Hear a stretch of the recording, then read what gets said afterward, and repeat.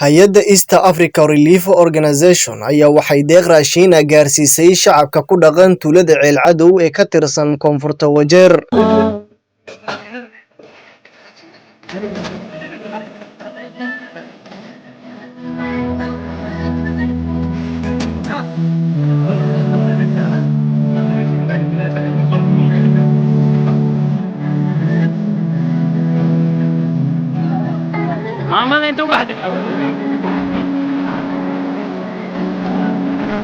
Raashinka la gaarsiiyay shacabka deegaankaasi ayaa waxay isugu jiraan bur, boonsho, sokor iyo cuntooyin kale. waxaa maaragtay musaacada aan maaragtay u qaybinay qaryatu Ceel Cadow oo ka mid ah mandhiqada Wajeer.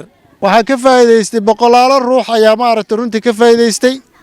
musaacadadaas iyada waxay ka kooban tahay bariis, boosho, sokor iyo bur iyo majaani iyo milix iyo waxa way maaragtay saliida waxa lagu karsaday ay ka kooban tahay.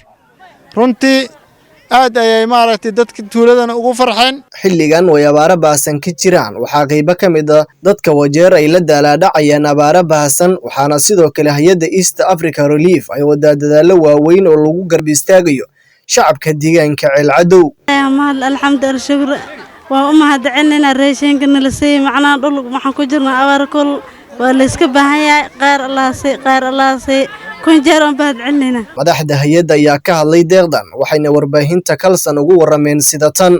runtii aad ayay maaragtay dadka tuuladana ugu farxeen ayna maaragtay ka faa'iideystaan mashruucan asaga ah. waxayna u mahadcelinayeen maaragtay jumciyadii ee ninkii mutabarric oo faa'il khayrka oo la baxayna way u mahadcelinayeen ayagoo maaragtay Ilaahay subxaanahu wa ta'aala ku shukrinayeen. haddana maaragtay jumciyadii iyo dadkii ka qayb qaatayna saas oo kaleeta u mahadcelinaa. dhanka kale shacabka Ceel Cadow ayaa ka hadlay deeqda waxayna mahad ballaaran u celiyeen hay'adda East Africa Relief Organisation. horta markuu ugu horreeyay Ilaahay aan ku shukrinaa Ilaahay subxaanahu wa ta'aala arsaaqada Ilaahay naga keenay dadka walaalahan muslimka oo soo taakulay aad iyo aad u mahadsanaa. tashkuur ziyaada inta ka badan badal Kuwait aad iyo aad u mahad sheegana mar awal iyo mar aakhir awal wal aakhir. raashinkan maanta noola keenay inta noo dhibootay dawladda Kuwait ama haddaas iskale oo nagu mahad celinaynaa 12 goor.